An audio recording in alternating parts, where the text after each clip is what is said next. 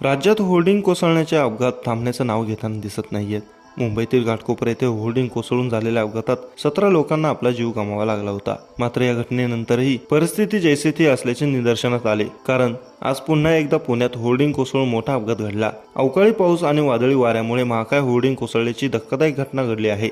या घटनेत 2 जण जखमी झाले असून एक घोडाही गंभीर जखमी झाला आहे। या घटनेचा व्हिडिओ आता समोर आला आहे। शनिवारी दुपारी 4:15 वाजण्याच्या सुमारास अवकाळी पाऊस आणि वादळी वारा सुरू झाला। या पावसात हे धोकादायकरित्या बांधण्यात आलेले महाकाय होर्डिंग कोसळले। ही घटना कदम वाक वस्ती ग्रामपंचायत हद्दीतील कवडीपाडा टोलनाक्याजवळ असलेल्या गुलमोहर लॉन्स येथे घडली। या दुर्घटनेत 2 जण जखमी झाले आहेत, तर घोड्यालाही किरकोळ मार लागला। भरत साबळे व अक्षय कोरवी अशी जखमी झालेल्यांची नावे आहेत। या दोघांना नागरिकांनी तातडीने बाहेर काढले, उपचारासाठी रुग्णालयात दाखल करण्यात आलं। दोन्ही जखमींची प्रकृती स्थिर असल्याची माहिती मिळत आहे। तर या दुर्घटनेत घोडाही जखमी झाला आहे। पिंपरी चिंचवड शहरातील मोशी येथे 16 मे रोजी रस्त्याच्या कडेला असणारे लोखंडी होर्डिंग कोसळले।